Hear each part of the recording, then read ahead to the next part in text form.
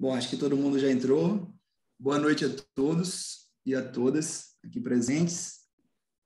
Sejam todos bem-vindos aí ao nosso último dia de aula online, aqui do nosso terceiro encontro de Direito Público de Mato Grosso.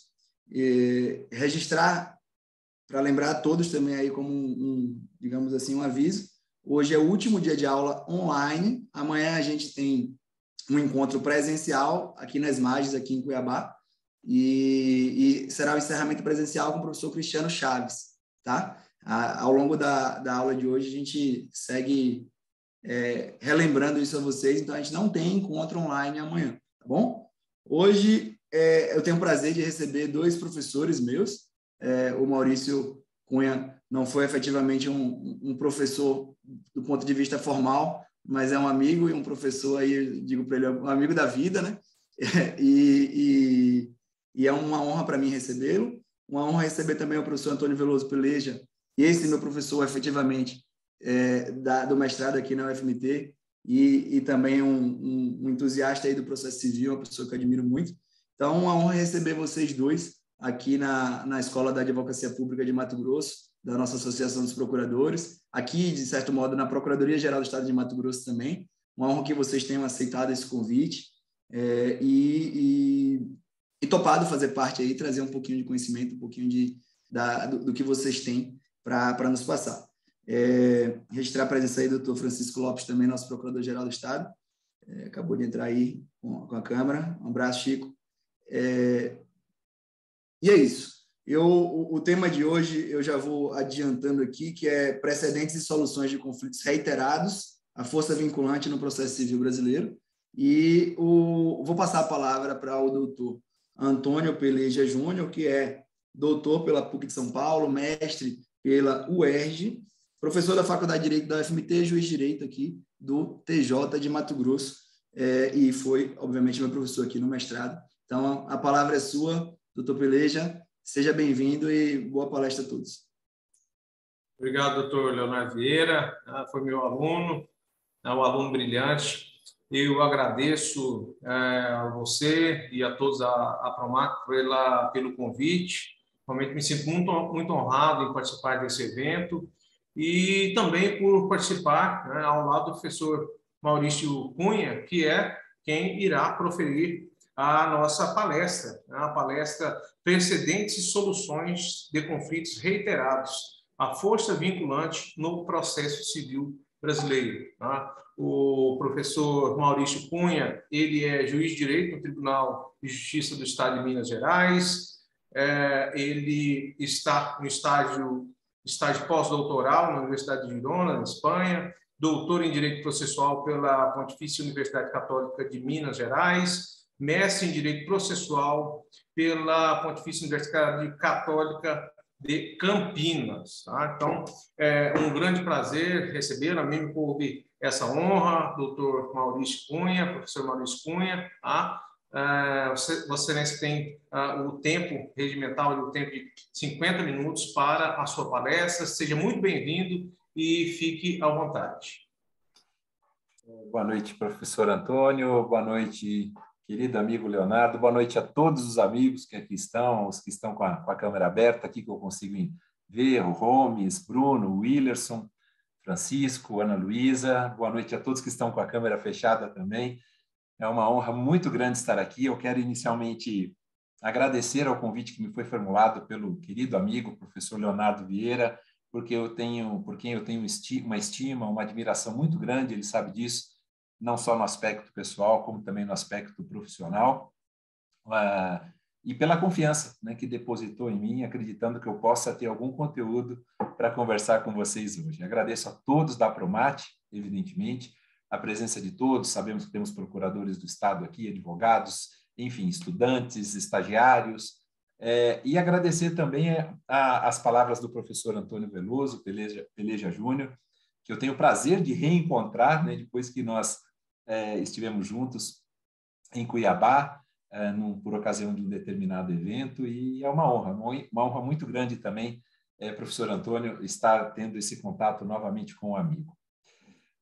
Bom, meus amigos, é isso, né? Feitas aquelas apresentações, aqueles agradecimentos, melhor dizendo, né, necessários, logo de início, eu me sinto privilegiado, né, e honrado de ter uma plateia tão seleta para poder trazer algumas ideias, alguns pensamentos, algumas dúvidas, né? Eu tenho mais dúvidas do que qualquer convicção propriamente a respeito desse tema que envolve a temática esse tema que envolve a temática é bastante redundante, mas é por aí mesmo, dos precedentes vinculantes no direito processual civil brasileiro.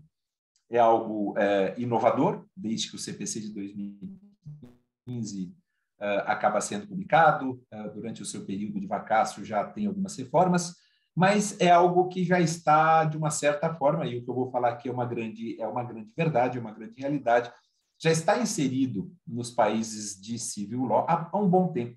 Embora nós tenhamos, evidentemente, uma tradição completamente diferente de gostar de ordenamento, de gostar de codificação, por nos filiarmos a uma tradição romano-germânica, né, do civil law, é evidentemente que o civil law também trabalha com a ideia de precedentes, e eu espero, ao longo dessa nossa singela aqui exposição, trazer algumas ideias com dados estatísticos também, principalmente logo no início, para que a gente compreenda como é que, desde 18 de março de 2016, principalmente para cá, a gente vem lidando com esse sistema de precedentes. E eu já lanço logo uma pergunta. Será que nós temos efetivamente um sistema dentro do nosso CPC? Será que nós podemos falar que estamos diante de precedentes na acepção da palavra, né? Depois de praticamente 6 anos aí de vigência do nosso ordenamento, nós já conseguimos implementar de maneira integral, nós já avançamos alguma coisa, não avançamos nada.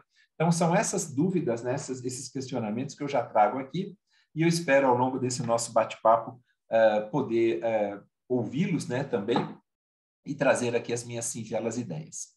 Antes de mais nada, pessoal, eu vou colocar aqui no chat, né, para todos que estão aí, eu vou colocar aqui os meus canais de contato. Eu vou começar colocando aqui para vocês. Eu tenho um perfil no Instagram, que é o Cunha Pro Civil. Assim, eu coloco dicas jurídicas diárias ali, principalmente para quem está estudando para concurso público, mas coloco dicas bibliográficas também, todas as alterações legislativas que tem. Fica aí a minha singela sugestão para vocês. E vou colocar aqui também o meu e-mail, o meu único e-mail, porque eu preparei alguns slides para esse bate-papo, mas claro que eu não vou colocar todos, não tem como nem colocar.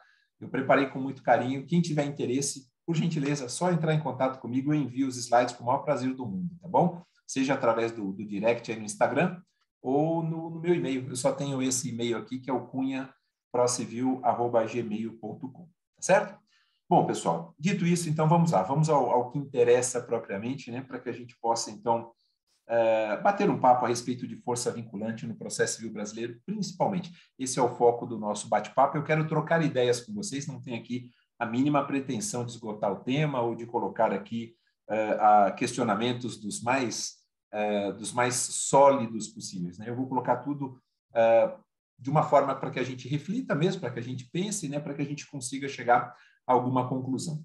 Primeiro, eu sempre que começo a falar desse tema, eu lembro que nós temos algumas referências bibliográficas no mercado que são extremamente importantes para que a gente consiga compreender como que um sistema de precedentes deve ser implantado e quais foram os passos que nós já demos para a implementação desse sistema no nosso ordenamento.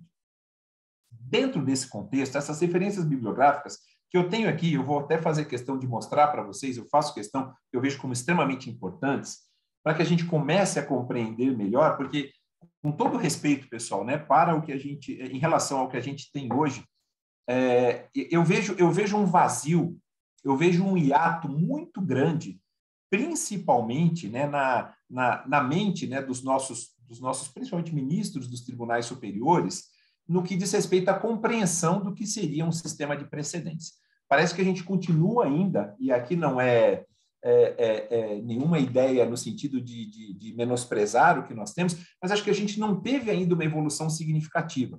Por exemplo, eu dou um exemplo muito simples. Se nós falarmos em ratio decidendi, e nós verificarmos julgados do Supremo e do STJ tratando a expressão ratio decidendi, nós vamos entender que ratio decidendi é utilizado para tudo, para tudo.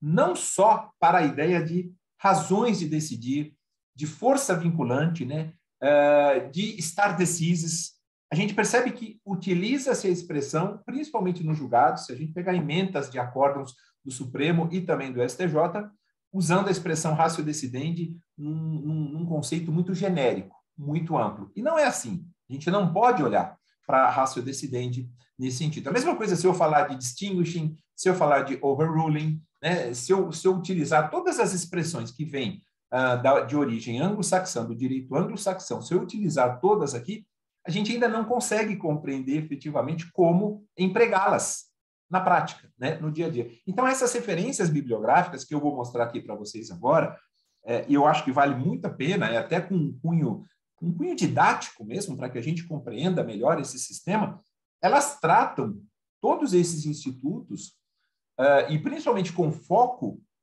repito, no precedent, né, do direito inglês, e principalmente do direito americano, ou podemos colocar do direito anglo-saxão, essas doutrinas tratam essa ideia de uma forma muito mais profunda. Por quê? Porque isso já existe há muito tempo, isso já é adotado há muito tempo nos países de common law, nós sabemos bem.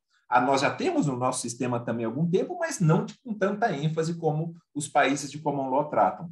Então, eu vou mostrar rapidamente aqui, espero, e não é propaganda, é apenas com o intuito de ajudá-los, né, para quem tiver interesse, depois adquirir. Existem obras como, por exemplo, a do professor Alexandre Freitas Câmara, que todos nós conhecemos, desembargador do Tribunal de Justiça do Rio de Janeiro, levando os padrões decisórios a sério, que é a sua tese de doutoramento, né, pela Pontifícia Universidade Católica de Minas Gerais, onde eu tive a felicidade de também fazer o meu doutoramento. Ela é extremamente importante, porque o título da obra, que compreende a sua tese de doutoramento, levando os padrões decisórios a sério, não é somente disso que se trata. Ele tem, inclusive, uma observação aqui logo embaixo, que diz formação e aplicação de precedentes e enunciados de súmula. Como formar e como aplicar os precedentes. E todos nós sabemos que o professor Alexandre Freitas Câmara é um verdadeiro estudioso, né, do direito processual civil como um todo, principalmente no que diz respeito a algo que me é muito caro, e também, claro, ao querido professor Antônio Veloso, nós como juízes, que é a ideia de trabalhar as decisões judiciais, né, e padronizá-las, e principalmente trabalhar a ideia de fundamentação das decisões, né, de fundamentação exauriente, não de fundamentação suficiente. Essa obra, na minha opinião, ela é exemplar, paradigmática para que a gente consiga compreender bem.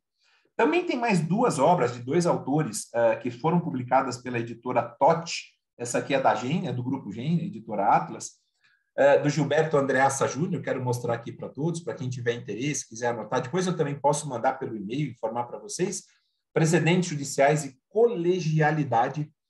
Ele toca num ponto muito importante aqui, para vocês terem uma ideia, amigos. O prefácio é do professor Daniel Mitidiero e também do professor Alexandre Freire, que trabalha no Supremo, todos nós conhecemos, sabemos bem quem é ele, assessorando os ministros do Supremo. Ele trabalha com um ponto muito interessante aqui, amigos, que é o fato de nós também devermos ter mais transparência por ocasião da formação, né, de uma decisão colegiada.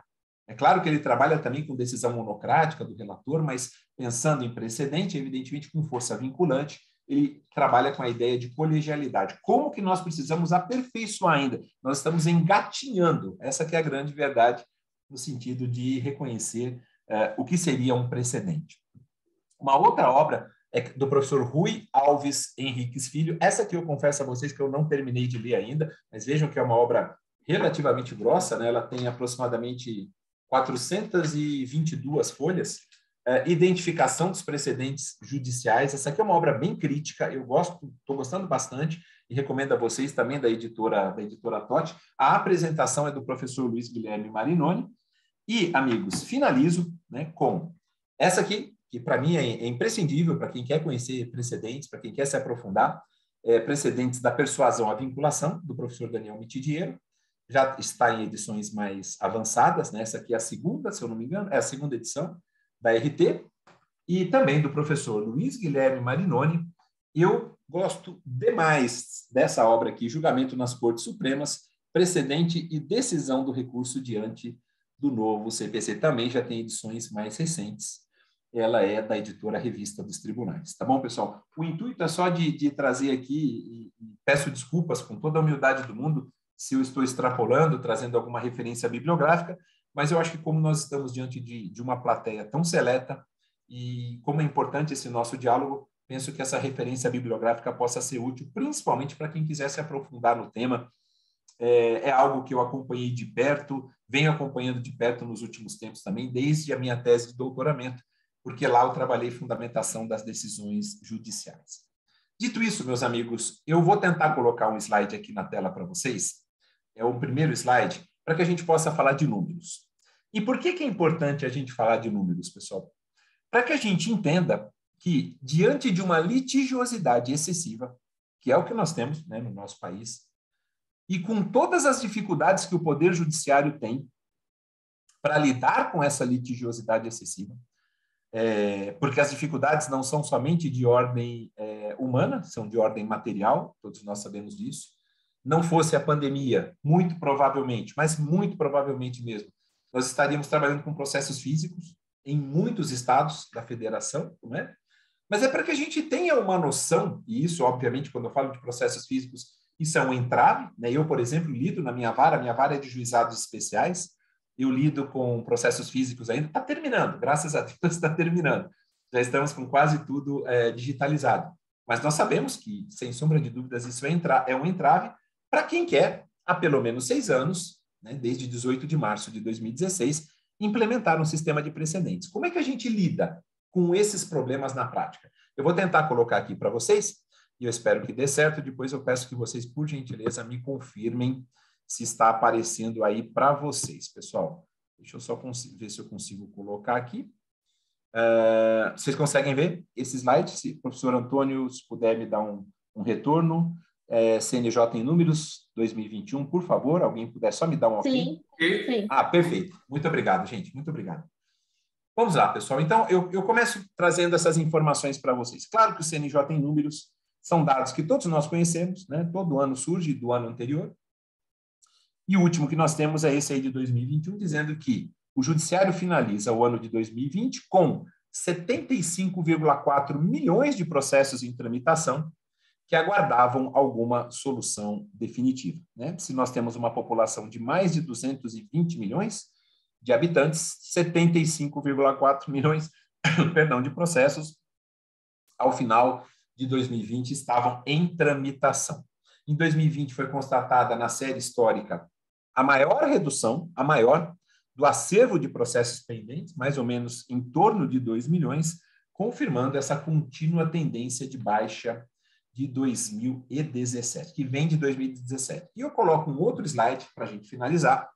Eu pediria muito a atenção de vocês, amigos, com todo o respeito, né, porque são dados extremamente importantes para a gente compreender como é que nós estamos lidando com o sistema de precedentes, dizendo assim, olha, o indicador de produtividade dos juízes tem crescido desde 2014. Quando a gente fala de juízes, nós colocamos todos, né, no mesmo pacote, ou seja, são juízes, são ministros, são desembargadores, e atingiu o maior valor da série histórica no ano de 2019, ou seja, no ano anterior à pandemia, com 2.106 casos baixados por magistrado, isso é uma média, evidentemente, né? E em 2020, retornando ao patamar de 2012, é claro, esse número foi afetado pela pandemia de Covid-19. Alcançou ainda a média de 1.643 processos baixados por magistrado em 2020. Então, vejam que diferença, né? Quando nós vimos ali em cima 2.106 para 1.643, ou seja, uma média de 6,5 casos solucionados por dia útil do ano, isso sem descontar períodos de férias e de recessos, tá bom? Eu vou tirar o slide aqui na tela, pessoal, para a gente poder voltar a conversar. Eu acredito que eu não vou colocar mais slides, não, até porque, por conta do nosso tempo, né, fica muita informação, vou tentar dialogar um pouquinho mais com vocês. Se for o caso, um outro slide mais importante eu coloco. Esses números são importantes, queridos amigos, Francisco, Gomes, a Gláucia, o Bruno, o Diego, Ana Luísa, são importantes para que a gente possa compreender até onde nós vamos, até onde nós podemos ir com esse sistema de precedentes. Esses números são fundamentais. São fundamentais. Claro que a gente vai ter o próximo CNJ em números com uma situação um pouco melhor, né? Porque 2021 foi melhor, evidentemente, do que o ano de 2020, mas nós precisamos adequar essa realidade estrutural. Então, esse é o primeiro ponto que eu acho que nós precisamos partir. Qual é a realidade estrutural do judiciário hoje, fundamentalmente, para a gente chegar nesses precedentes, né? Para que um procurador do Estado possa falar, olha, já tem um precedente vinculante aqui em relação à execução fiscal, por exemplo, que a gente já pode aplicar, né? Que a gente já tem condições de aplicar. Mas será que nós vamos, diante da estrutura que nós temos, nós vamos conseguir chegar, né, naquele ambiente ideal, naquele estado de coisas ideal que nós gostaríamos? E isso significaria praticamente uma proximidade muito maior com o common law? Eu respondo essa pergunta dizendo para vocês o seguinte: primeiro, vejo como muito difícil, e eu sou otimista por natureza, mas eu vejo nessa hipótese como muito difícil que essa estruturação do Poder Judiciário como um todo, e aí eu coloco a Justiça Estadual com todos os estados da federação, incluindo o meu estado, Minas Gerais, incluindo o estado do Mato Grosso, incluindo todos os estados, eu coloco a Justiça Federal, eu coloco a Justiça do Trabalho, eu vejo ainda uma dificuldade muito grande de implementação desse sistema de precedentes da forma como nós gostaríamos, nos aproximando cada vez mais do common law, sem perder nossas características de civil law, isso é indiscutível, nós nunca vamos perder. Aliás, eu faço aqui, abro aqui um parênteses, pessoal, para dizer para vocês o seguinte: quando implementaram o sistema de precedentes, Cláudia, diziam assim, olha, nós estamos passando por um período de commonização né, no nosso processo civil. Eu falava, meu Deus, nós não podemos pensar assim, nós vamos ser civil law até o fim da vida, praticamente, né? Usando uma expressão muito genérica. A nossa essência é a tradição romano-germânica. O que nós vamos ter... Aliás, existem muito mais, vocês sabem bem, amigos, queridos amigos, existe muito mais convergência entre civil law e common law do que divergência. Se a gente pesquisar fundo, principalmente essa obra que eu trouxe para vocês aqui, olha, do professor Daniel Mitidiero, que é uma obra fininha. Se a gente pesquisar aqui, a gente vai perceber, e ele fala isso em qualquer palestra que ele dá, nós temos muito mais convergência do que divergência. Então, claro que a ideia é se aproximar mais da essência, né, do common law quando a gente fala de precedent, quando a gente fala de precedentes.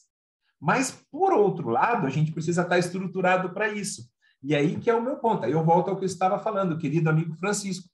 Aí que eu volto. A estruturação do Poder Judiciário, olha, eu estou na magistratura, eu estou juiz há 24 anos, eu completo 25 anos de magistratura agora em setembro. E eu vejo que houve uma evolução muito grande, eu estou muito feliz com muitas coisas que vêm acontecendo nos últimos tempos, mas se constituem ainda numa evolução tímida. Não é uma evolução que dá para a gente dizer assim, pô, vamos conseguir. Logo, logo, nós vamos ter um número menor de processos nas nossas cortes superiores, né? Por exemplo, a PEC da relevância agora, que todos nós, né, acompanhamos, foi o acontecimento mais marcante, digamos assim, né, na semana passada. Puxa, mais um elemento de filtragem, né, de triagem para o recurso especial para o STJ, algo muito parecido com o que a gente já tinha com a repercussão geral no recurso extraordinário por Supremo, porque a ideia é essa, deixar os tribunais superiores só para aquilo que interessa para tribunais superiores mesmo. O caminho é esse. Mas a gente assim, precisa ter essa estrutura. De novo, utilizo a palavra estrutura. Não só material, como também estrutura humana. E mais do que isso, pessoal, eu volto ao ratio decidendi que eu havia falado no começo, querido amigo Willerson, né, também que está aqui com a câmera aberta. Por que eu volto no que eu estava falando no início? Porque nós precisamos trabalhar os institutos dos países de origem anglo-saxã de forma correta. Então, a gente tem que entender o que é uma ratio decidendi, o que é obter dicta, a gente precisa saber. A gente também não sabe muito. A gente fala, são aquelas interpretações en passant, que não tem interesse nenhum e acaba não vinculando. Não é só isso, vai muito além disso. A figura do distinguishing, da distinção, saber fazer um distinguishing, também não é uma tarefa tão simples como muita gente diz, esse julgado não se aplica a esse caso, se aplica a um caso distinto. Não é só isso, distinguishing. O overruling, né, quando a gente fala de superação, olha, esse entendimento sumular aí do STJ já está superado, também não é simplesmente dizer, é assim que nós trabalhamos com overruling. Então, trabalhar os institutos melhor é um caminho que a gente precisa seguir paralelamente a uma melhora na estrutura do Poder Judiciário. Aí, assim nós vamos continuar caminhando cada vez mais em busca de um sistema de precedentes na acepção da palavra. Hoje, infelizmente, eu digo para vocês, né, já disse e repito, hoje, infelizmente, nós estamos um pouco longe daquilo que seria o ideal. Ah, Maurício, mas também você está sendo muito cruel, porque faz só 6 anos que nós temos a vigência do nosso CPC. Eu concordo, mas acho que a gente poderia ter evoluído um pouquinho mais. Estamos caminhando, estamos. Eu sou otimista, é um lado poliana, digamos assim, que eu tenho, né? Eu sou muito otimista em relação a isso, acredito que a gente vai chegar, mas vai demorar um pouquinho mais de tempo. E eu digo isso também, pessoal, por quê? Eu vou citar um dado histórico para vocês. Os mais antigos, como eu, vão se lembrar que nós tivemos um ministro no STJ chamado Sálvio de Figueiredo Teixeira. O ministro Sálvio de Figueiredo Teixeira era mineiro, e no ano de 1992, saudoso ministro, né, já é falecido, no ano de 1992, vejam que nós estamos falando de 30 anos atrás. 30 anos atrás. Ele já, nos votos dele, ele deixava muito clara a sua indignação, com o fato de que o cidadão não poderia mais aturar, o verbo que ele usava era esse, aturar, como bom mineiro que era, aturar uma jurisprudência incerta. Ele fazia questão de mencionar isso nos seus votos. Então, imaginem, amigos, imaginem o que é você num país como o nosso, que não tem essa tradição de common law, né? Porque nós somos civil law, evidentemente, você ter que trabalhar com a possibilidade de uma jurisprudência, como diz o 926, uma uniformização, melhor dizendo, de jurisprudência, como diz o 926 do CPC, estável, íntegra e coerente. E o que é isso, Daniel? O que é uma jurisprudência estável, íntegra e coerente? Como é que nós vamos chegar nisso? Que era o desejo do ministro Sálvio de Figueiredo Teixeira, e em inúmeros votos ele menciona isso, ele usa a expressão, basicamente assim, ninguém fica seguro do seu direito diante de uma jurisprudência incerta. Ninguém. Ele já batia nessa tecla há um bom tempo, para que a gente pudesse efetivamente ter uma mudança. E por que eu digo que o Brasil também não tem essa tradição? Porque todos nós sabemos, não é só a questão de nos filiarmos a uma tradição romano-germânica, de nós gostarmos de códigos, né? De codificação. Não é só isso. Nós vamos voltar bem mais no tempo, historicamente, por isso que é tão importante, né, a gente compreender esses períodos, esses momentos históricos, porque aí a gente consegue compreender melhor os institutos, mas se nós voltarmos para a época das ordenações do reino, amigos, as ordenações do reino, filipinas, manuelinas, afonsinas, né, que todos nós conhecemos bem, Bruno também, que está aqui com a câmera aberta, enfim, todos nós vamos perceber que, sob o ponto de vista histórico, nós tínhamos os assentos da casa de suplicação, olhem que interessante, né? Como fossem os nossos tribunais, né? Onde você vai e suplica, né? Literalmente, Ana Luísa, né? Você interpõe um recurso de apelação hoje, né? Por exemplo, para o Tribunal de Justiça. Seria basicamente isso. Nós temos essa herança do direito português, desde as ordenações,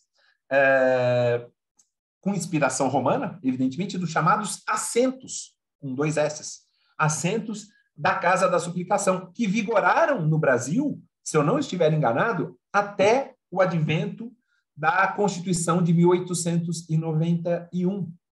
E o que esse instituto já trazia, né? E de uma certa forma já mostrava que seria importante que, não obstante filiados ao civil law, nós trabalhássemos essa ideia de algo mais certo, mais previsível, mais estável, porque é isso que nós queremos. Nós queremos segurança jurídica. Eu, como cidadão, se eu tiver que demandar contra alguém no judiciário, eu quero ter segurança jurídica. Eu não quero, usando a expressão do professor Lênio Streck, né?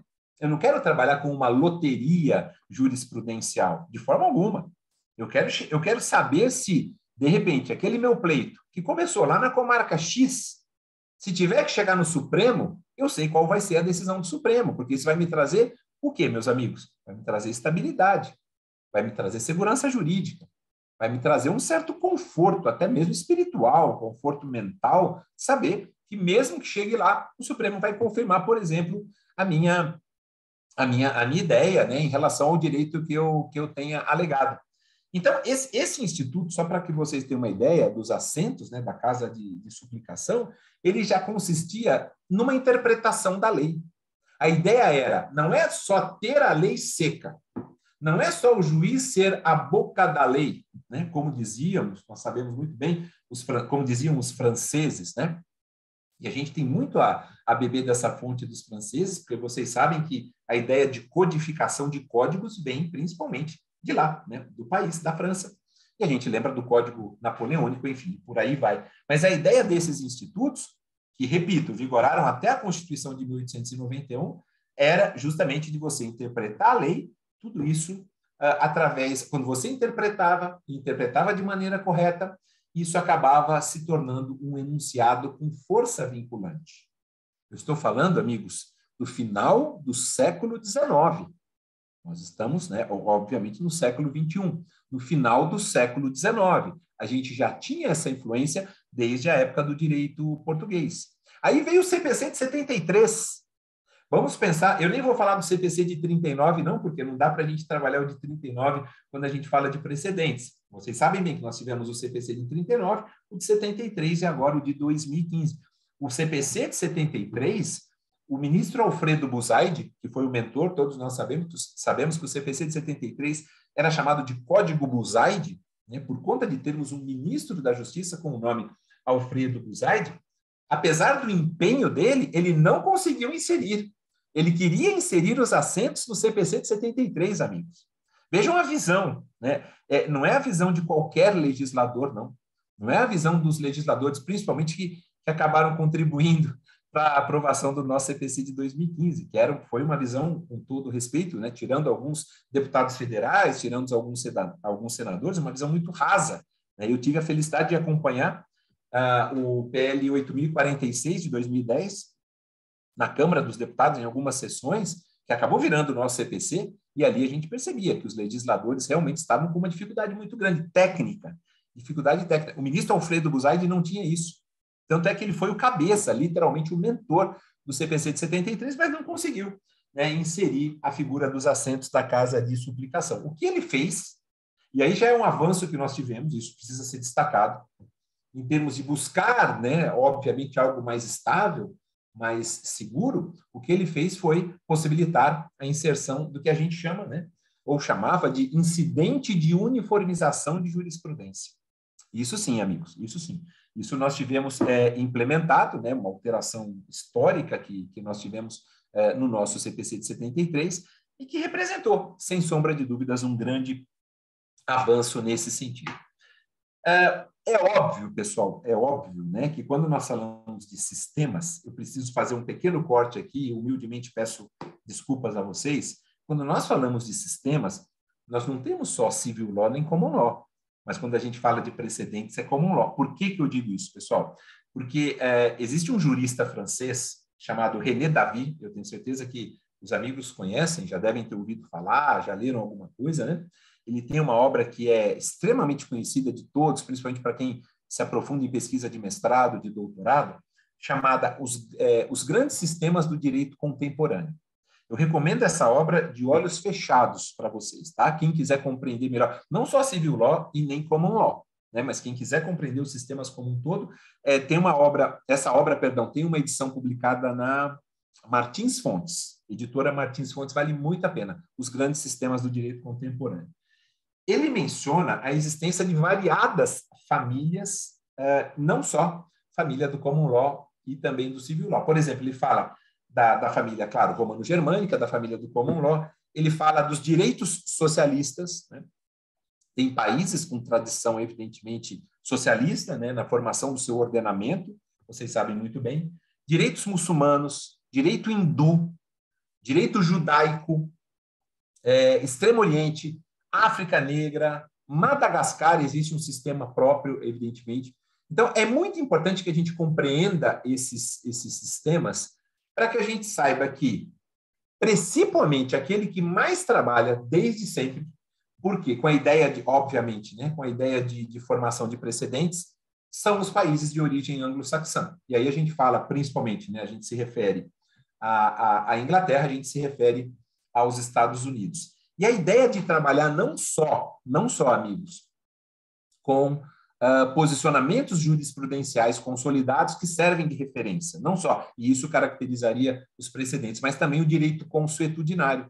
Vocês sabem muito bem que existe uma tradição muito grande de trabalhar com os costumes.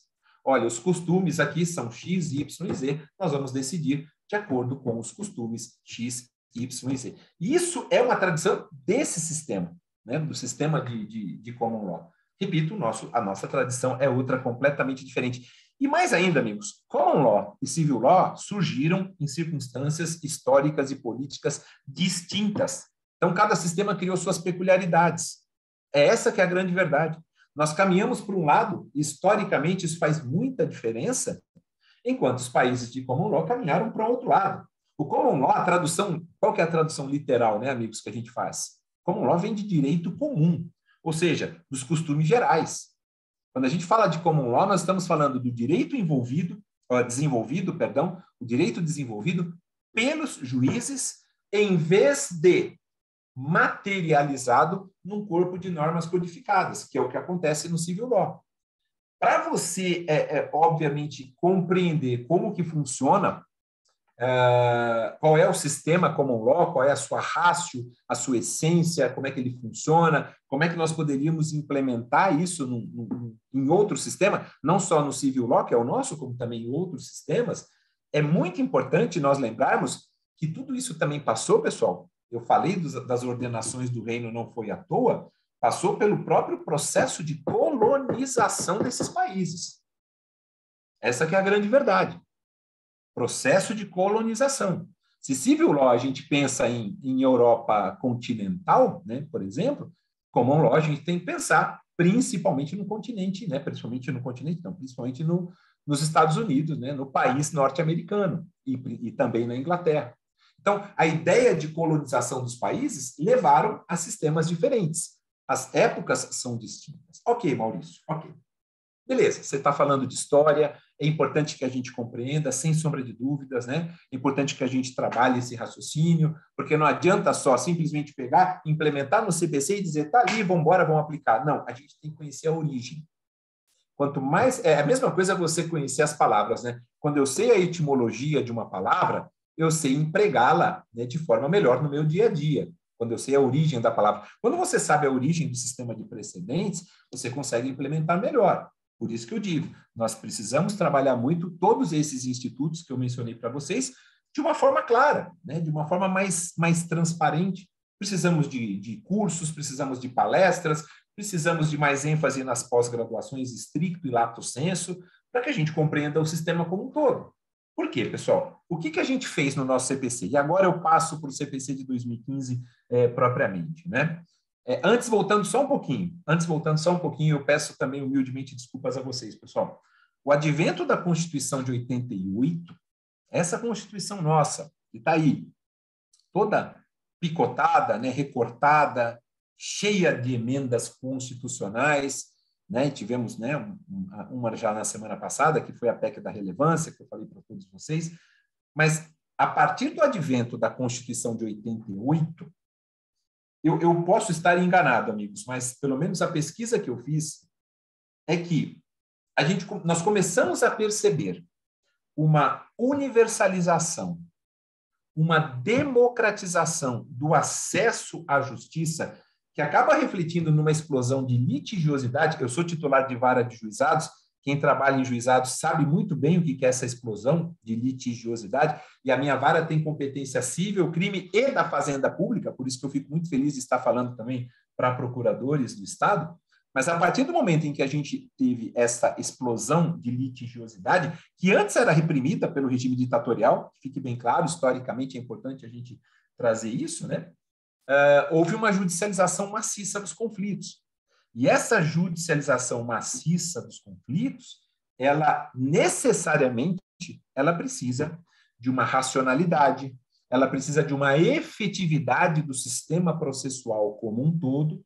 Por quê? Porque a gente precisa ampliar, talvez aqui venha a palavrinha-chave de tudo que eu estou falando e vou falar ao longo desses 50 minutos, amigos.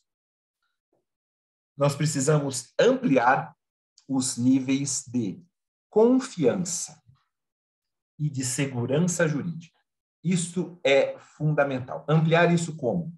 Implementando isso junto aos nossos cidadãos. A todos, todos.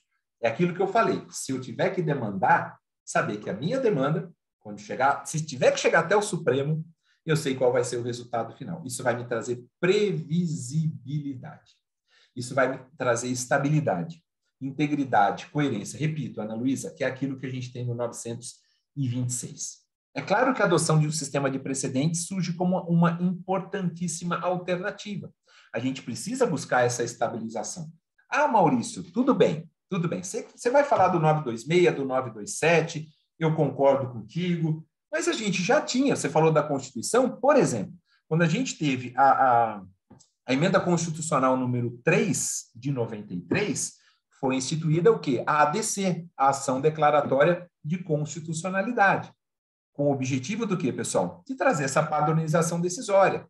Com ela veio o efeito vinculante de todas as decisões proferidas pelo Supremo Tribunal Federal. Então, a gente já começou a ter alguns avanços. Se a gente parar para pensar, pessoal, recurso especial repetitivo, recurso extraordinário, Willerson, repetitivo, tudo isso foi para quê?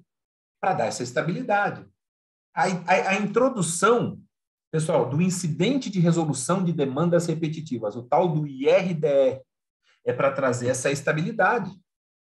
O IAC, para trazer essa estabilidade, para eu tentar uniformizar a jurisprudência interna dos tribunais. Tem uma Câmara do Tribunal X que decide de um jeito o mesmo assunto, diferente da outra Câmara. Opa, vamos tentar padronizar através do incidente de assunção de competência. Se a gente voltar também para as emendas constitucionais, quem é que não se recorda, amigos, da emenda constitucional 45 de 2004, que foi chamada do que, Glaucia? De reforma do judiciário. A emenda constitucional 45 de 2004 instituiu quem, pessoal? A súmula vinculante, Daniel. A súmula vinculante. Então, já temos um caminho, e vejam, pessoal, eu estou tentando fazer essa minha fala para vocês da maneira mais linear possível. A gente já tem um caminho muito bem traçado. Eu comecei falando para vocês, trazendo além das referências bibliográficas, né, trazendo um paralelo histórico, porque é extremamente importante para a gente chegar onde a gente está chegando agora.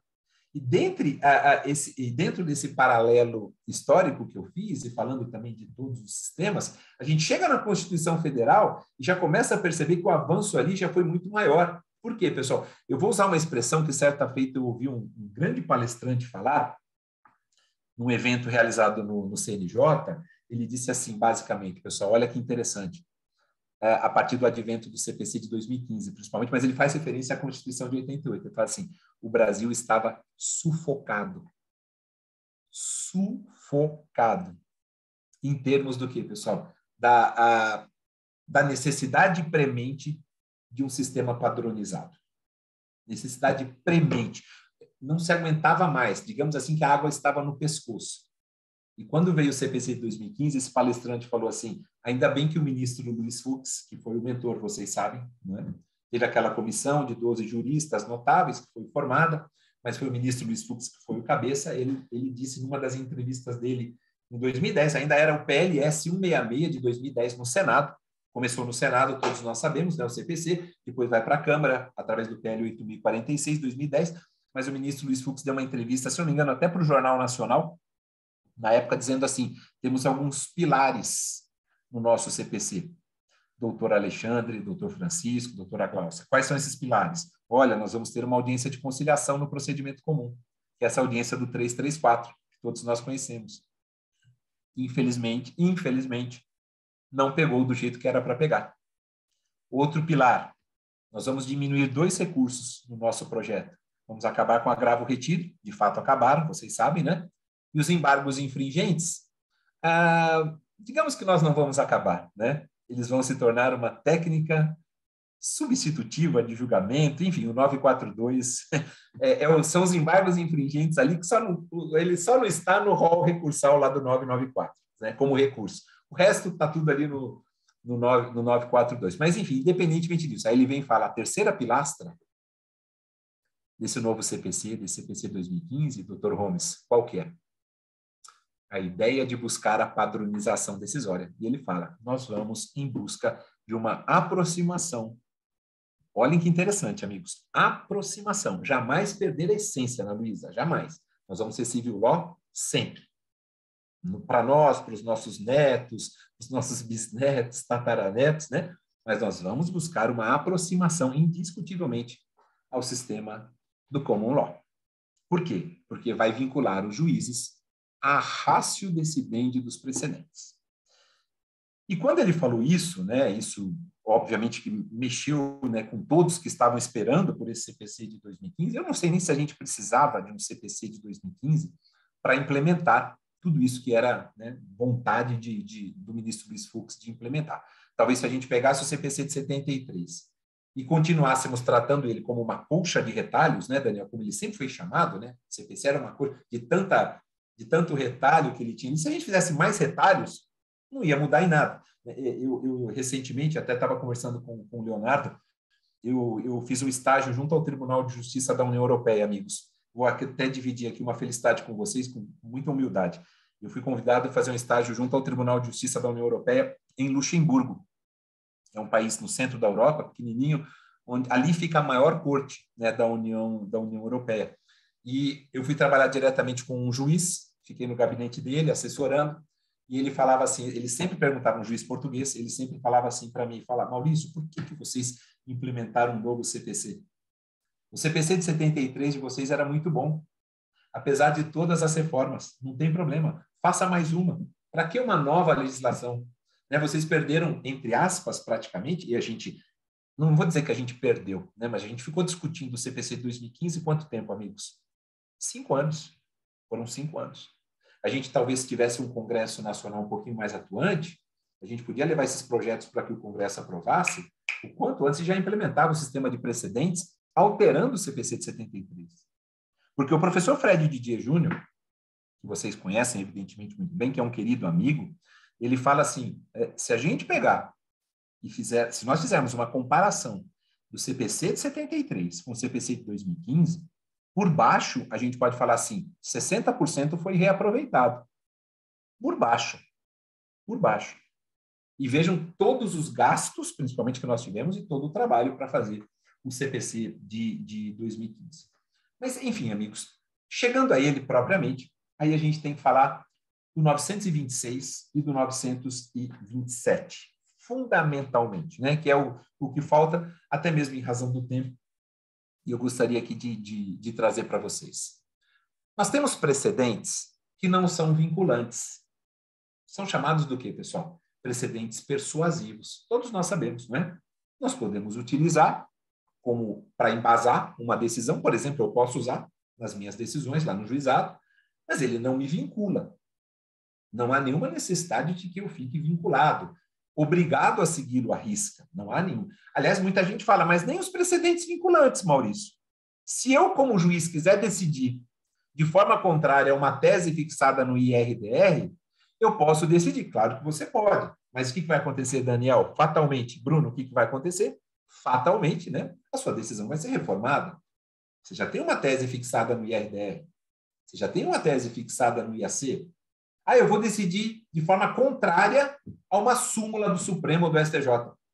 A discricionariedade é sua. Você pode até fazer isso, mas arque com as consequências. Então, a ideia do legislador, quando ele começa lá no 926 dizendo assim, olha, nós precisamos uniformizar a jurisprudência, por quê? Nós precisamos de uma jurisprudência estável, íntegra e coerente, é justamente para dizer assim, pessoal, eu resumiria essa ideia de estabilidade, de integridade e de coerência, basicamente no seguinte sentido, pessoal. Eu preciso ter posicionamentos jurisprudenciais definidos, que podem ser alterados lá na frente, não tem problema algum. Estabilidade, integridade e coerência, Ana Luísa, tem muito a ver com isso, com a possibilidade de modificação. Até porque, amigos, alteração de tese jurídica vai acontecer, seja de uma súmula, não é? Não tem problema nenhum, né? Seja de um próprio precedente, mas eu preciso dar uma certa estabilidade para não ficar alterando os posicionamentos jurisprudenciais rotineiramente e sem qualquer justificativa. Todos nós sabemos. Se eu quiser revogar uma súmula, né? Se eu quiser dizer assim, olha, essa súmula aqui não tem mais prestabilidade alguma, não tem problema de fazer isso. Eu vou obedecer todo o quórum necessário, a súmula vai ser revogada, ela não vai ter mais eficácia e vida que segue. Passa por todo o procedimento legislativo e vida que segue. Muita gente fala assim, mas quando nós adotamos um sistema de precedentes, isso significa dizer que os precedentes ficarão ad perpetuum, ad eternum. Não, pessoal. Estudamos uma ciência humana, estudamos uma ciência social. O direito é uma ciência humana, uma ciência social. Nós vamos ter alterações. E se a gente olha, né, para os dispositivos, principalmente o 926, 927 e os seus respectivos parágrafos, eu estou com o código aqui aberto do meu lado, a gente vai perceber a possibilidade de alteração dessas teses jurídicas, né? Se a gente olhar, por exemplo, para o 926, no seu parágrafo 2º, lá está escrito, é perfeitamente possível que eu altere a tese jurídica de um enunciado, né, de súmula, em julgamento de casos repetitivos, não tem problema nenhum. Os posicionamentos mudam, as ideias mudam, e nós vamos nos adaptar. Sistema de precedentes não é algo estático, mais do que isso, é algo dinâmico. Só que eu não posso ficar mudando a jurisprudência ao bel prazer, né, dos julgadores. Para isso, o que eu preciso, querido Holmes? Eu preciso que os tribunais também tenham regimentos internos muito claros, muito definidos, Francisco. Olha, no regimento interno, a gente vai estabelecer, por exemplo, a regulamentação da forma, a regulamentação dos pressupostos para editar súmulas, né? Por exemplo, eu preciso ter regimentos internos muito bem elaborados. Se a gente olha o regimento interno hoje do Supremo, do STJ, vou falar do meu tribunal, do Tribunal de Justiça de Minas Gerais, a gente percebe a preocupação de quem elaborou esses regimentos, no sentido de dar uma coesão e de dizer assim, nada é estanque, nada é ad perpetuum. Há possibilidades de modificação. Só que eu preciso, pelo menos, queridos amigos, trabalhar com uma ideia de estabilidade. E por isso que eu falo que nós também precisamos compreender que essa estabilidade ela deve vir não só no precedente, como também na jurisprudência e como também na súmula. E aí o Willerson vai falar assim, mas Maurício, espera um pouquinho, espera aí. Você está querendo dizer que precedente e jurisprudência não é a mesma coisa? E eu vou dizer, realmente, não é a mesma coisa, não é? Precedente é uma coisa, jurisprudência é outra. Temos os precedentes vinculantes aqui no 927. Aliás, só para recordar, né, amigos? O que o 927 diz? O caput diz, os juízes e os tribunais observarão. O que significa isso, Glaucio? Que não tem discricionariedade. Não fala os juízes e os tribunais podem observar. Não é isso não, Daniel. É os juízes e os tribunais observarão. E aí vem as decisões do Supremo em controle concentrado de constitucionalidade, enunciados de súmula vinculante, acórdãos firmados em AC, em RDR, julgamento de extraordinário, de especial repetitivos, né? E por aí vai. Esses são os precedentes vinculantes. Mas nós temos que fazer uma separação técnica, do que seja precedente, do que seja jurisprudência e do que seja súmula. Isso também vai contribuir sobremaneira para que a gente compreenda melhor o sistema. Vai contribuir sobremaneira. Por exemplo, pessoal, quando eu falo de precedente, eu estou querendo dizer o seguinte, precedente, quer dizer, algo que vem antes, né? Precedente nada mais é do que qualquer julgamento que venha a ser utilizado como fundamento de um outro julgamento que venha a ser posteriormente proferido. Então, eu utilizo, para proferir um julgamento, o fundamento de um julgamento anteriormente proferido. Aquilo se torna um precedente. É essa que é a ideia. A partir do instante, para separar precedente de jurisprudência e de súmula, amigos, eu espero estar trazendo para vocês aí a informação da maneira mais clara possível. Esse é o meu grande objetivo. A partir do instante em que a gente tem um conjunto de decisões judiciais no mesmo sentido, aí já não estou falando de precedente, conjunto de decisões judiciais no mesmo sentido e sobre uma mesma matéria proferidas pelos tribunais, ou seja, quando eu falo de um conjunto de precedentes, eu formo a jurisprudência. Por isso é importante a gente separar. Precedente é algo objetivo. A jurisprudência não é objetiva, a jurisprudência é abstrata. É abstrata. Por quê? Porque ela não vem materializada de forma objetiva em nenhum enunciado do julgamento. A gente extrai a jurisprudência para o entendimento majoritário dos tribunais. Então, é importante que a gente compreenda isso. E o que é que significa súmula? Por que a gente tem que falar também de súmula distinguindo, de jurisprudência e distinguindo de precedente? Porque a súmula é uma consolidação objetiva da jurisprudência.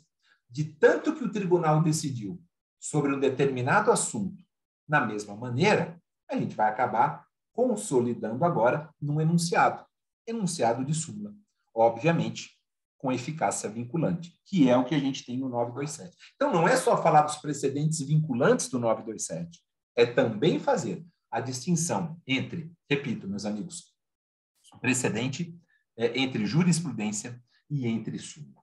Dito isso, sem sombra de dúvidas que a maior aposta, eu já estou caminhando para os finalmente, amigos, a maior aposta é essa estabilidade, essa integridade, né, e essa coerência que eu tanto falei. Ou seja, estabilidade por quê? Os tribunais querem abandonar um determinado entendimento, querem modificar um determinado entendimento, que o façam, mas o façam com justificativa plausível. Isso é a estabilidade, Daniel, que a gente tanto busca. Ah, Maurício, o que é a integridade? A integridade é aquela jurisprudência, né, que é construída levando-se em consideração o histórico de decisões proferidas por aquele tribunal a respeito da mesma matéria jurídica. Quando eu falo de integridade, pessoal, eu falo assim, olha, nós vamos formar uma jurisprudência, né, vamos uniformizar a jurisprudência, levando em consideração todo o histórico de decisões que nós já proferimos no passado. Com isso, eu consigo ter uma jurisprudência íntegra.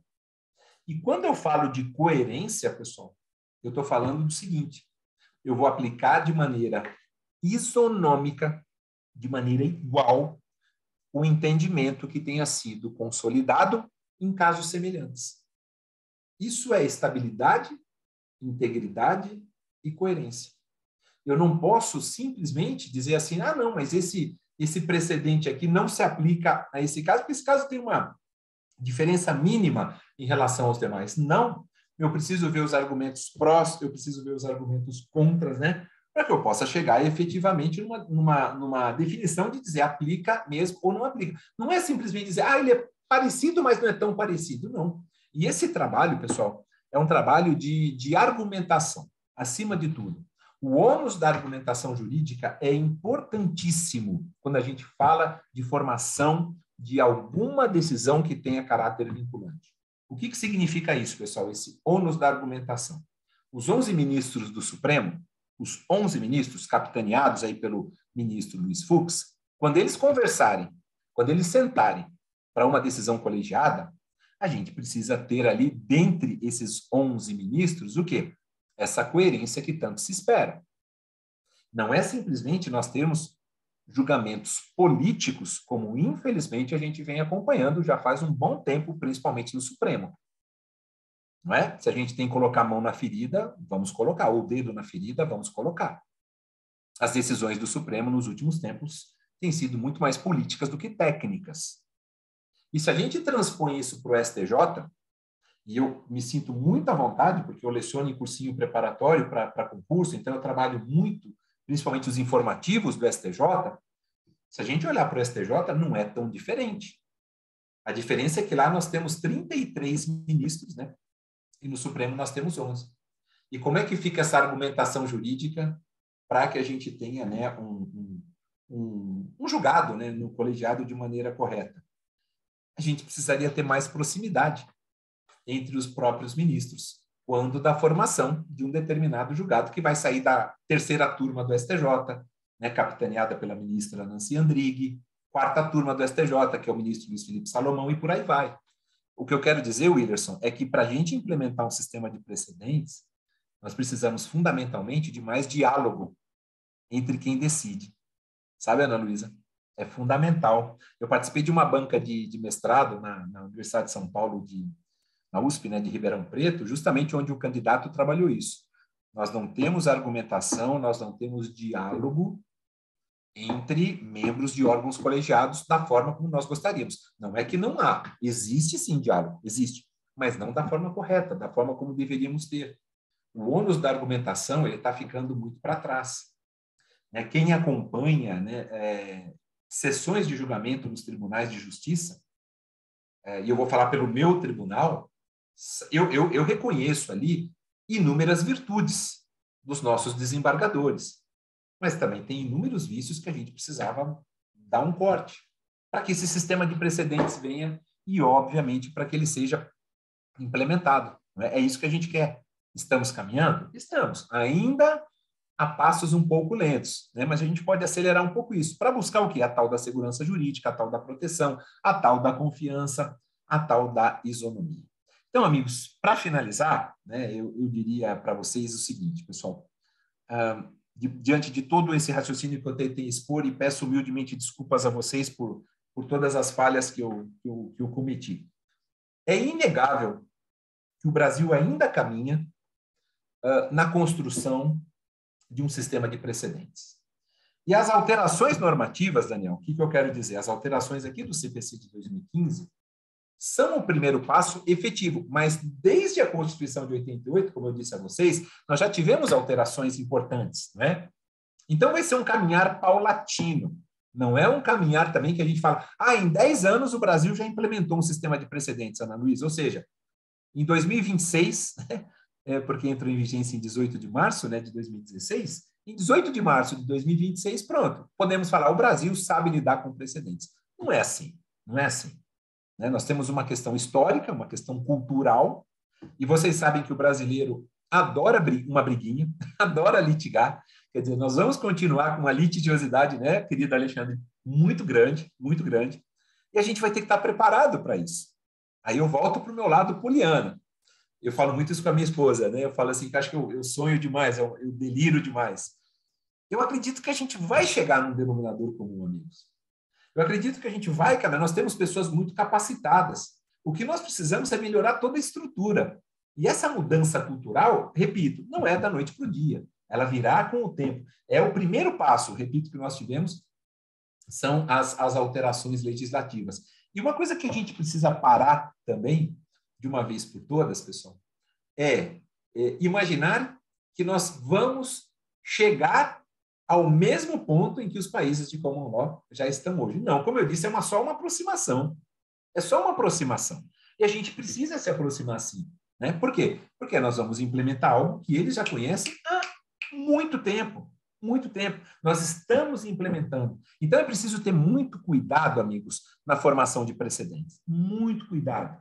A argumentação das cortes, a posterior aplicação dos julgados, envolvendo todos os casos semelhantes, isso é extremamente importante.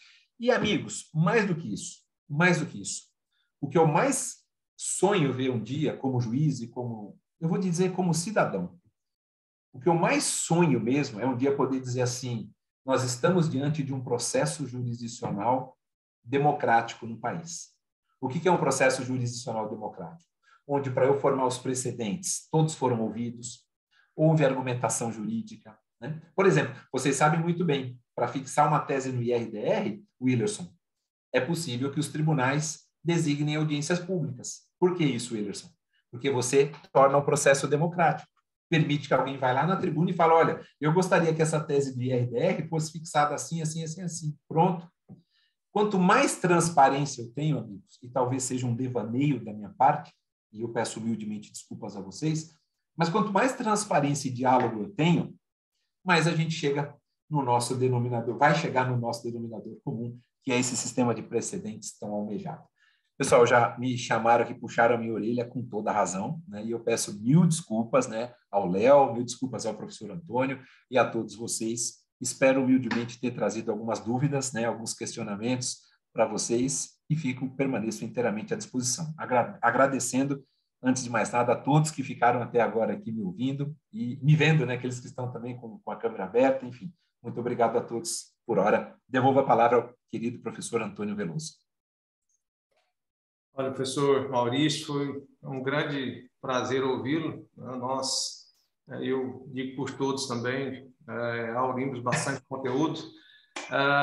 Olhando o chat aqui, ainda não há perguntas, farei só algumas complementações, chegamos aqui, né? A questão do fio de relevância do STJ. Mas, assim, só fazendo umas ponderações, né, professor Maurício? A professora Tereza Bambier já falava, né, nas aulas de doutorado lá na PUC de São Paulo, né, nós tentamos, nós não temos os precedentes, nós não temos a cultura anglo-saxã. Né, então, nós tentamos aproximar de um modelo, porque não é da nossa cultura. Né? Os ingleses, norte-americanos, estão a trabalhar, estão a julgar, estão com os seus relatórios, tá, de julgados de precedentes há séculos. Tá? Os mais conhecidos começaram ali com Edward Coke Reports, tá, de 1610, ele começou a fazer inúmeros julgados, selecionar inúmeros julgados, então é da essência deles. Né? Se é verdade que na Inglaterra, esse sistema na Inglaterra foi muito criticado, Jeremy Bentham e outros falavam até que era law dog, tá? Que era uma técnica tosca, alguns consideravam, né?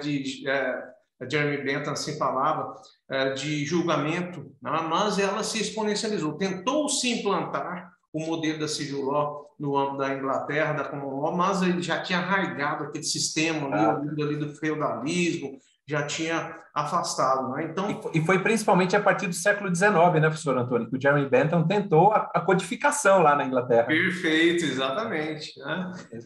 Então, assim, nós, como o senhor bem pontuou, né, há tempos nós tentamos essa previsibilidade, né, em nome da igualdade, da segurança jurídica, a questão do efeito vinculante na ação declaratória de constitucionalidade. Eu lembro que, à época ainda, quando eu era juiz lá em Alta Floresta, eu era recalcitrante de determinado tema, mas a DIN ela não tinha esse efeito vinculante, eu era teimoso.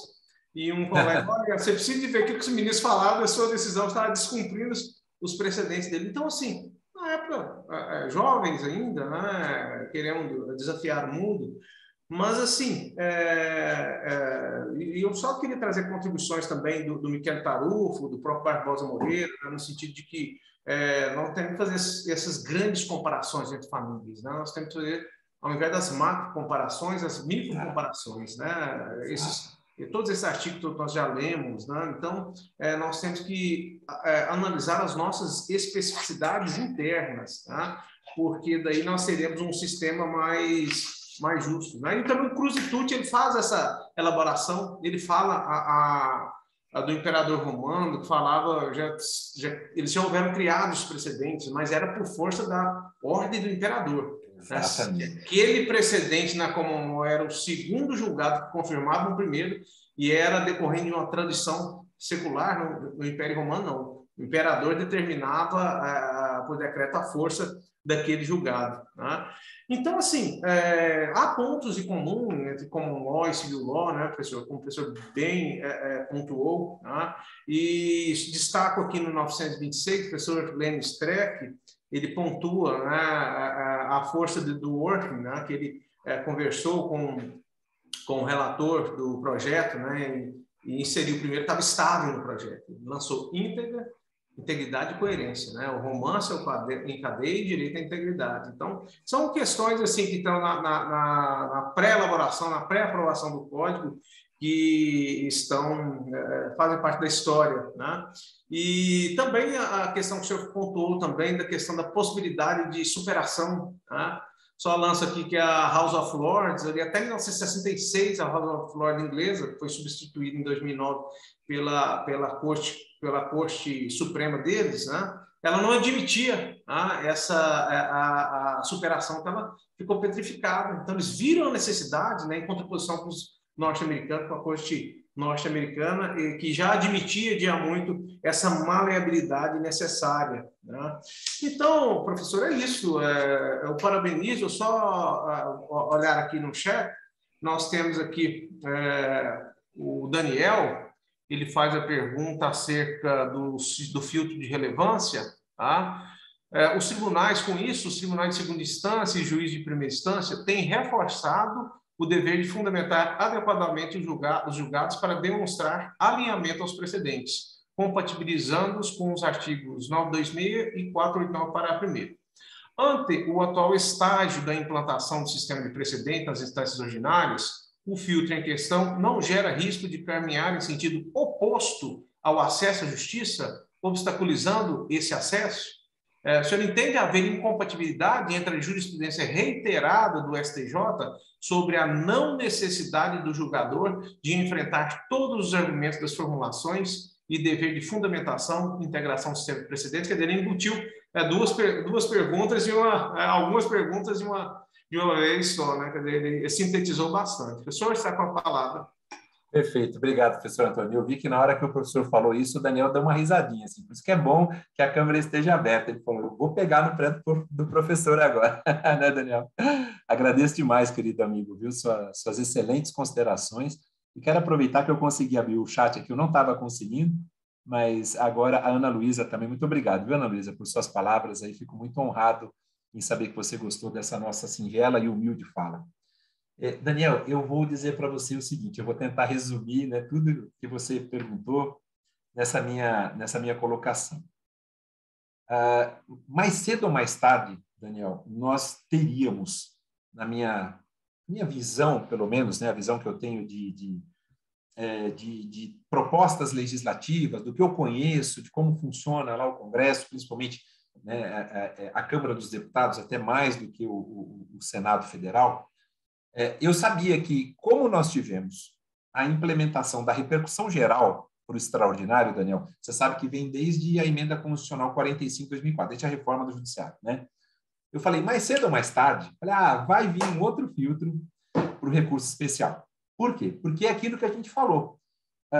Nós precisamos, e o professor Marinoni, ele fala muito isso, nós precisamos deixar os tribunais superiores, Daniel, e queridos amigos, somente para aquilo que efetivamente é de competência dos tribunais superiores. A gente vê, por exemplo, o STJ, e aqui não estou fazendo uma defesa do STJ, não, mas a gente percebe que chegam questões no STJ, com todo respeito, amigos, que não era para chegar. Não precisava chegar a esse ponto, né? Questões de somenos importância diante de um tribunal superior.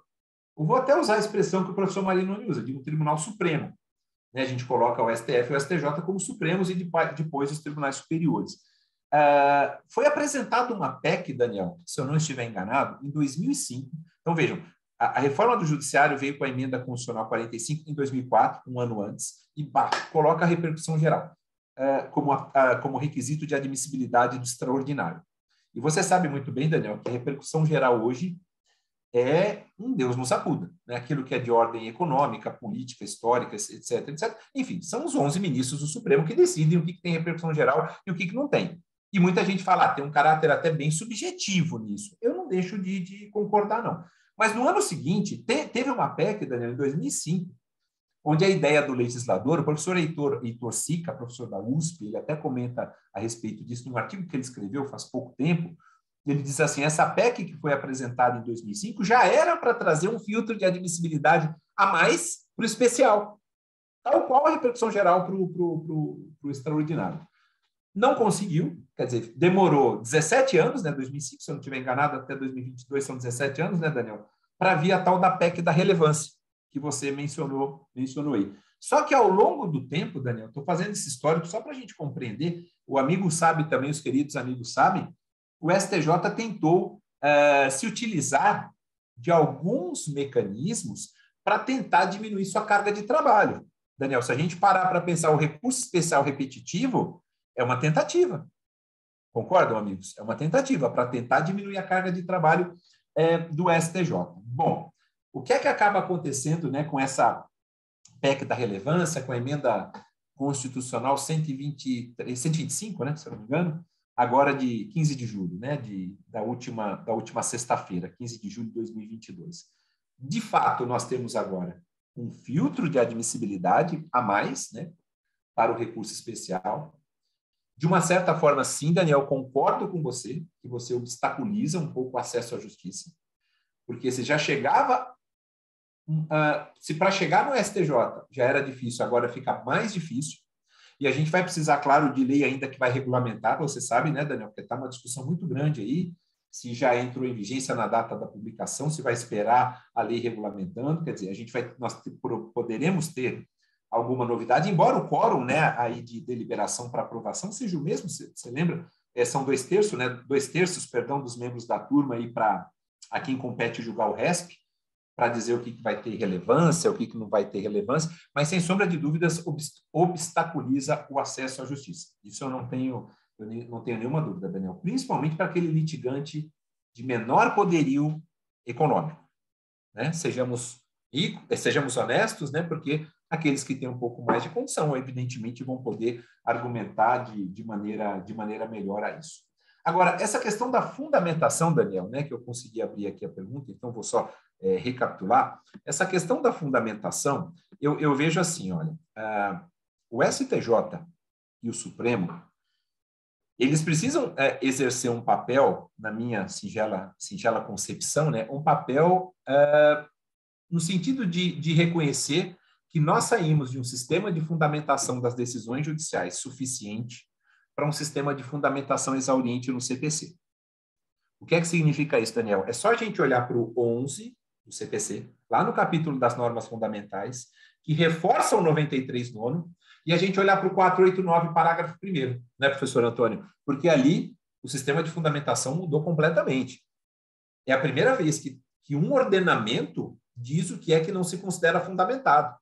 É o CPC que está dizendo, começa assim o 489, parágrafo 1º, não se considera fundamentada toda e qualquer decisão judicial, o quê? Aí tem 6 incisos no parágrafo 1º do 489 para dizer o que é que não se considera fundamentada. E quando a gente percebe a jurisprudência, como você falou, reiterada, do STJ, dizendo, olha, não há necessidade do julgador, né, enfrentar todos os argumentos das formulações, né? Eu vejo que o dever de fundamentação analítica, qualificada, esse dever é jogado para o espaço, praticamente. E vai em contrariedade, quer dizer, bate de frente, Daniel, com o inciso 4 do parágrafo 1º do 489. Porque o 489, parágrafo 1º do seu inciso 4, diz assim, não será considerada fundamentada toda e qualquer decisão judicial que não enfrentar todos os argumentos em tese, né, discutidos no processo, capazes de infirmar a conclusão adotada pelo julgador. Quer dizer, o juiz é obrigado a enfrentar todos. Como é que vem o STJ, e eu sei até, você sabe bem também, Daniel e queridos amigos, do julgado paradigmático, né, que já aconteceu há bastante tempo, de um ministro do STJ dizendo não precisa enfrentar tudo. Como é que a gente compara isso com o inciso 4 do parágrafo 1º do 489?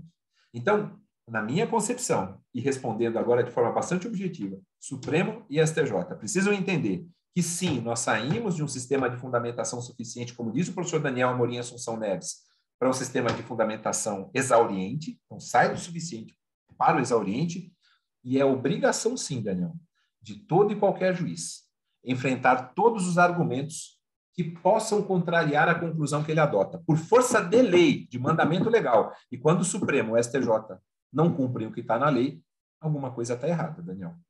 Eu vou até só complementar para devolver a palavra ao professor Antônio. Quando a gente fala de fundamentação per relatione, o que é a fundamentação per relatione, amigos? Todos nós sabemos. É aquela fundamentação enxuta, onde você faz referência a uma decisão anterior que você proferiu naqueles mesmos autos, a um parecer do MP, né? Você adota como fundamento as razões do parecer lá do MP. A fundamentação per relatione, ela foi simplesmente abolida no CPC de 2015. Abolida em termos, né? Ou seja, nós nunca tivemos a fundamentação per relatione positivada, mas o CPC de 2015 é totalmente contrário. Se a gente pegar, por exemplo, o agravo interno, o 1021, é só a gente olhar lá no parágrafo 3º do 1021. Ali é a expressão mais clara de que o CPC, de que o legislador do CPC de 2015 não quer fundamentação per relatione. E o que acontece hoje no Supremo, no STJ, na esfera civil e na esfera criminal? Tanto o Supremo quanto o STJ aceitam fundamentação per relatione na esfera civil e criminal, que é o que um professor na época dos bancos acadêmicos, ele dizia assim, Daniel e queridos amigos, fundamentação per relatione nada mais é do que vou usar uma expressão que ele usava, peço perdão até, uma vagabundagem jurídica. Né? É não querer trabalhar, é não querer fundamentar, é fazer referência a decisões anteriores, a pareceres do MP, sem se dar o trabalho, né, de se aprofundar, ou, como o professor Marinoni diz, de justificar racionalmente a sua decisão. Então, Daniel, eu não sei se eu respondi, se eu consegui trazer alguma luz aí para você, mas sim obstaculiza o acesso à justiça, na minha humilde opinião, e é preciso que os tribunais supremos, né, os superiores, que eles revejam o papel. Obviamente que eles têm um de uniformização da legislação constitucional e o outro da legislação infraconstitucional, no sentido de dizer, nós temos hoje um sistema de fundamentação completamente diferente do que tinha no CPC de 73. A gente precisa, sim, responder a todos os argumentos que, em tese, contrariem a conclusão adotada pelo julgador. Perfeito. Obrigado, professor Maurício. E, em relação ao Superior Tribunal de Justiça, essa é a questão da fundamentação analítica, ela veio da Alemanha, a teoria alemã, né? O próprio Gilmar Mendes, ele em 2010, ele era pela necessidade, né, em um determinado julgado, uma ação de cidade, não sei, não me recordo, não foi uma ação concreta, mas ele falava da necessidade de analisar todos os argumentos. Depois, 2 anos após, ou no mesmo ano, ele lançou todos os argumentos relevantes, que é o que o STJ fala, né? Porque o CPC fala, analisar todos os argumentos deduzidos do processo capazes de infirmar. Então, o STJ fala, olha, todos aqueles capazes, né? Não precisa todos, mas aqueles capazes de infirmar. Tá? Mas uma questão interessante que o professor falou também é em relação ao ministro Luiz Fux. Eu lembro, o professor Fux, nas aulas dele, lá na Universidade do Estado do Rio de Janeiro, ele já falava da necessidade de simplificar o julgamento da Corte Suprema, ao invés de termos 11 votos, que houvesse uma simplificação tal qual há na Corte Americana, porque os votos, eles trocam os votos e tentam aderir ao máximo possível, ele tenta aderir àquele voto que vai se sagrar vencedor. Né? Então, naquela época, o professor Fux já tinha essa preocupação. Mas agora, eu queria só saber a opinião do professor em relação a determinado tema. Né? Veja aqui que não tem pergunta ainda, por isso eu vou abusar um pouco. O que acontece? O que acontece? Vou dar um exemplo da seara do eleitoral. O que acontece? Nós temos a representação por propaganda irregular. Tá? Representação por propaganda irregular, o prazo final diz de quem é a data das eleições. Tá? Os promotores normalmente são uns players o player mais ativo, tá? Eles ficam malucos no dia da eleição, tem que fazer inúmeras representações, derrame de santinho, quer propaganda na internet, enfim. Esse prazo foi fixado jurisprudencialmente, tá? Pelo TSE, ministro Aires Brito, ainda em 2010. Tá? Qual foi o paralelismo? O mesmo prazo das condutas vedadas. Em 2009, nós tivemos a Lei 2034, que ela cessou esse prazo, ao invés da data das eleições, da data de diplomação. Nós já tivemos um ganho, tá? Para as condutas vedadas e algumas ações. Só que o prazo da propaganda irregular, o prazo final, ficou a data das eleições. Então, veja bem, o paradigma utilizado foi justamente essas ações de condutas vedadas, que houve a majoração do prazo, por lei. E o precedente ele não acompanhou. Eu entendo assim, não acompanhou. E julgamentos atuais, 2020, 2021, eles ainda mantinham. Por quê? Descartavam inúmeras representações fora do prazo. Mas contribuindo também para a certa insegurança. E prestigiava o ilícito eleitoral. E o ministro Salomão, antes do ministro Salomão, fazendo uns estudos, eu encontrei um livro da Estefânia Maria Barbosa, tem um outro livro da Juruá, um dos primeiros que saiu do precedente, a súmula vinculante, esqueci o nome do autor, carta alguma coisa. Ele lançou o precedente per incuria, que é aquele precedente que ele estaria tão ultrapassado, né, que o juiz poderia fazer o distinction. Quer dizer, a superação só a corte prolatora do precedente pode fazer. Então, nem o tribunal, nem o juiz ACOR, tampouco o tribunal local, os TRS, podem modificar um precedente do Tribunal Superior Eleitoral.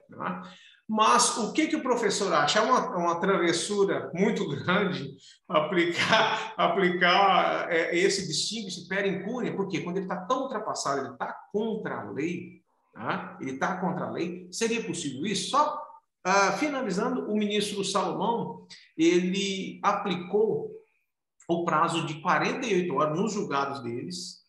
Eles aplicaram agora, entenderam para as eleições vigentes, tá? Entenderam aí nas eleições de 2020 que iriam dar o prazo de 48 horas, que é o prazo de propaganda de rádio e televisão, 48 horas para a representação, tá?